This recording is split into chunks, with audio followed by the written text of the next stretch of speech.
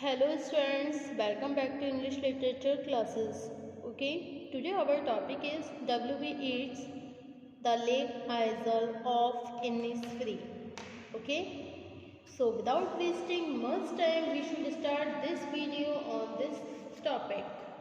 W.B. Yeats, The Lake Isle of Innisfree. Okay, students.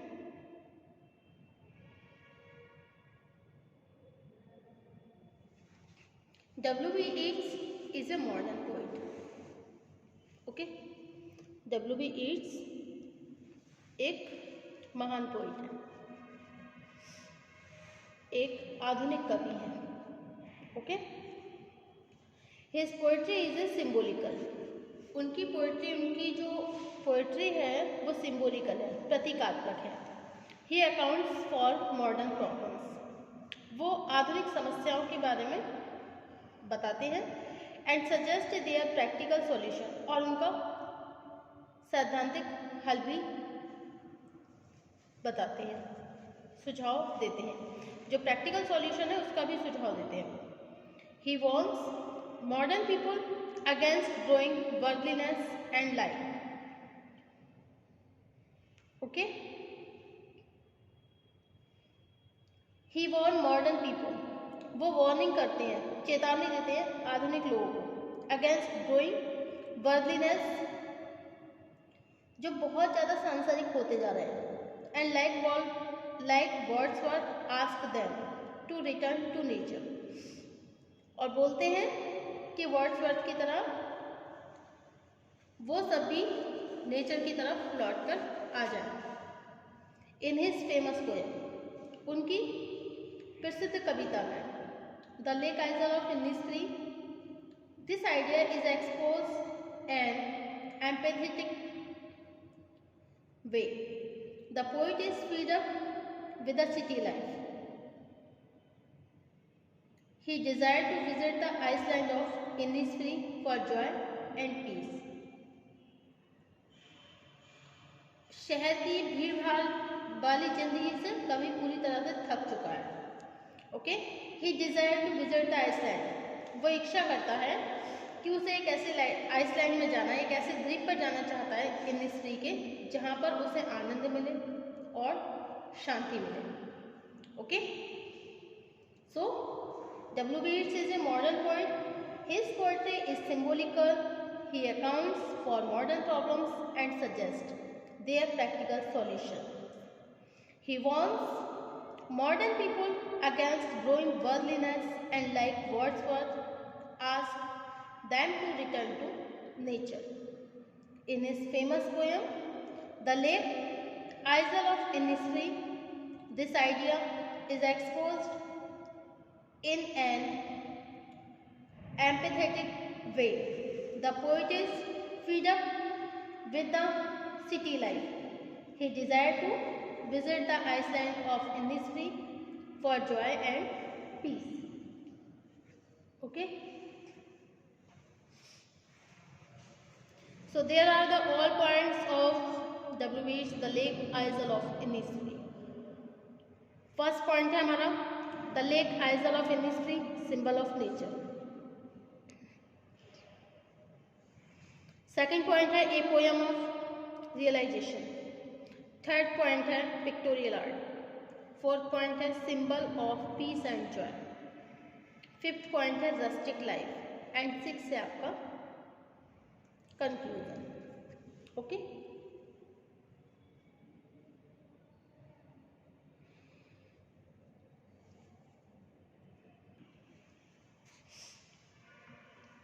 Second point है आपका the lake oil of Innisfree, symbol of nature. Okay, प्रकृति का प्रतीक. For W.B. Yeats, the lake oil of Innisfree is a symbol of nature. Okay, he is tired of artificial life of London. वह London की ये बनावटी जीवन ना उससे पूरी तरह थक गया है. ओके, पूरी तरह से थक गया है. He want to see the beauty of nature. वो प्रकृति की सुंदरता को देखना चाहता है. He desired to visit the island of Innisfree to be refreshed. और उसकी इच्छा है कि वो इनिस्फ्री द्वीप पर जाए. अपने आप को ताजगी महसूस कराने के लिए, अपने आप को रिफ्रेश करने के लिए। He want to pass the rest of his life there. वो अपने जीवन में अब आराम चाहता है, अब वो आराम उसे प्रकृति के पास ही मिलेगा। ही विल मेक ए हट ऑफ क्ले एंड बैटल। वहाँ पर एक वो किले और बैटल की हट बनाएगा। ओके, वहाँ पे एक किले की हट बनाएगा और बैटल भी बनाएगा। He will have a garden and A hive of बीज। वहाँ पे वह एक बगीचा बनाएगा और हाइव ऑफ बीज, जो मधुमक्खी होती है उनके लिए वहाँ पे हाइव भी बनाएगा। He will live the life of the farmer and grow beans in 9 rows. He will live alone. The honey bees would produce sweet song. और जो हनी बीज होती हैं वही वहाँ पे अपनी आवाज़ों से एक मधुर संगीत उत्पन्न करेगी। He would enjoy that in free mood. The lines reveal the poet's disliking of urban materialistic life.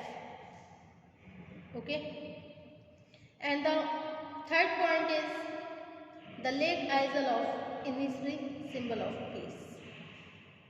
Okay, next point है हमारा the Lake Isle of Innisfree, symbol of peace and joy.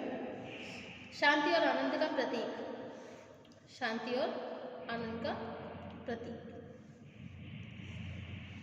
For W. Yeats, the Lake Isle of Innisfree is a symbol of peace and joy.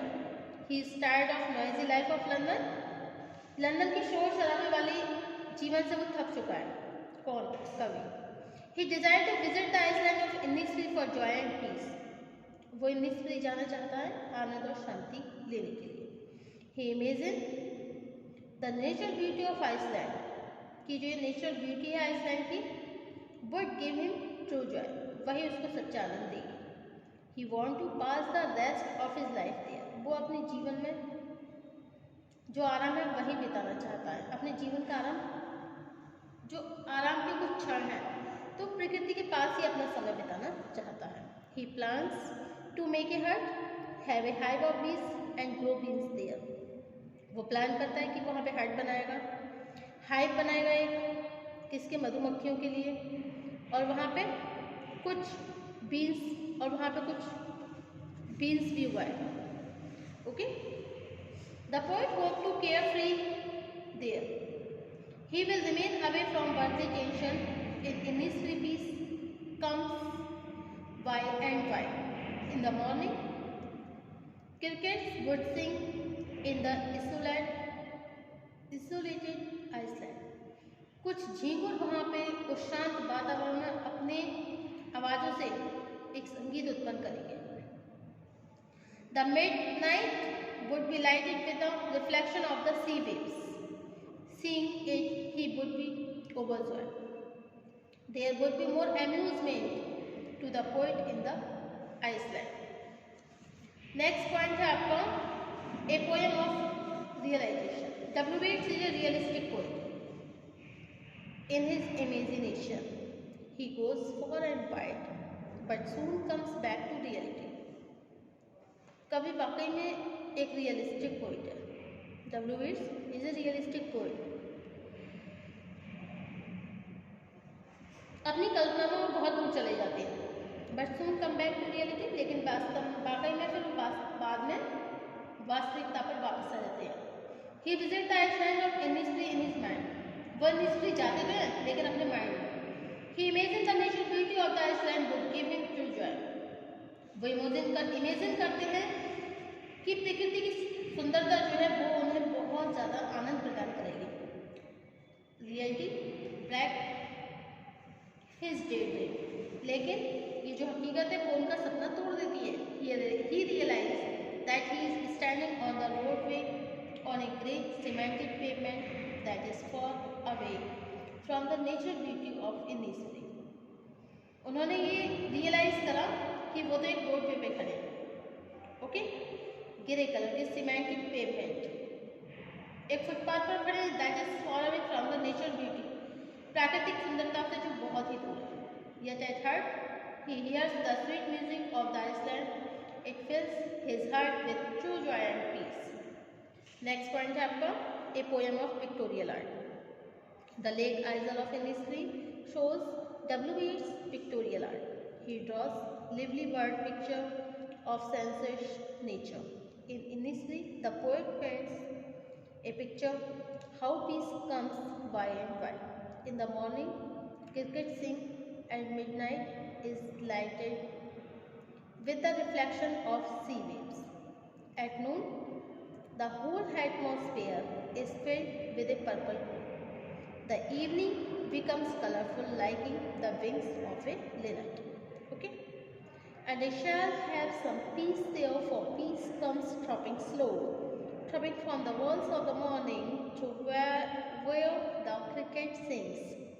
There midnights all a glimmer, and at noon a purple glow, and evening full of the linnet's wings. It's mean that